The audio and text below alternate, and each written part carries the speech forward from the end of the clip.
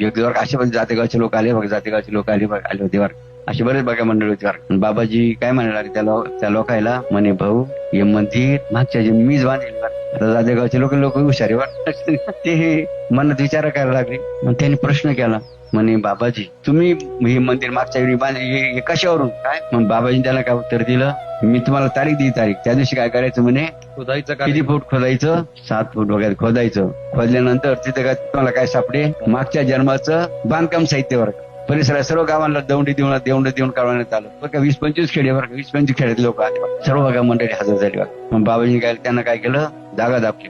त्या आलेल्या लोकांनी त्याच्यावर केला आणि खोदायला सुरुवात केली बरं का. आणि मग सर्वांच्या नजरा पुढे लागल्या. मग त्या खड्ड्या 7 फूट, 1 फूट झालं, 2 फूट झालं, 3 फूट झालं, 4 फूट झालं, 5 फूट झालं, 6 फूट झालं.